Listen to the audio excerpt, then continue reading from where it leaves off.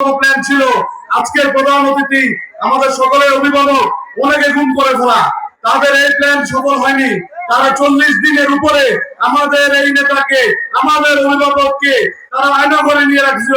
এই ডিবি হারুন, তুমি কোথায় এখন? তুমি আমাদের নেতাকে, আমাদের অভিভাবককে আয়না ঘরে নিয়ে প্রচারের ছেলের মাধ্যমে রেখেছিল। তাদের একমাত্র প্ল্যান ছিল লাকসাম মনোরঞ্জে যদি এই নেতাগুলি থাকে, লাকসাম মনোরঞ্জে বিএনপি ঐক্য থাকবে এবং সর্বোচ্চ শক্তিশালী থাকবে।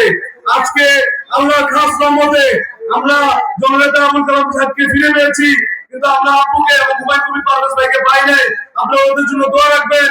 এবং আজকে জননেতা আবুল কালাম ঢাকা থাকার কারণে বিএনপি যে ঐক্য হয়ে আছে এবং বিএনপি যে শক্তিশালী হয়ে আছে, আজকে আমরা বলতে পারি মুখ ফুলিয়ে দক্ষিণ কুমিল্লায় আমরা অনেক শক্তিশালী একটা ইউনিট এবং ওনার নেতৃত্বে আমরা ঐক্য থাকবো। এবং আগামী দিনে দেশ নেত্রী বেগম খালেদা জিয়া এবং জনাব তারেক রহমানের যে ডাক আসবে, যে কর্মসূচি আসবে, আমরা ওনার নেতৃত্বে পালন করতে রাজি হব এবং আমরা সাকসেসফুলি প্রোগ্রামটা আমরা কাজ করব। আমরা দোয়া করব আমরা সবাই যেন ভোটের মাধ্যমে জনতা আবুল কালাম ঢাকাকে এমপি নির্বাচিত করতে পারি এবং আগামী দিনে সংসদে পাঠিয়ে দিতে পারি। আমরা এই দাবি দিয়ে আমি আমার বক্তব্য শেষ করতে চাই। ধন্যবাদ সবাইকে, ধন্যবাদ।